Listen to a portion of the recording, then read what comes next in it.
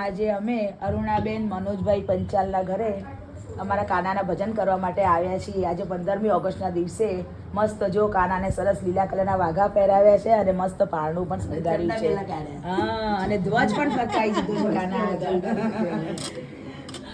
આ શેરી વળાવી સજા કરું ગે આવો ને, આ શેરી વળાવી સજા કરું ઘરે આવો ને, આંગણીએ ફૂલડા વેરાવું મોહન ઘેર આવો ને, આંગણીએ ફૂલડા વેરાવું મોહન ઘરે આવો ને, આ કુમકુમ કેરા તિલક કરાવું ઘેર આવો ને, આ કુમકુમ ઘેરા તિલક કરાવું ઘરે આવો ને, હું તો લલાટે ચોકલિયા છોડાવું મોહન ઘેર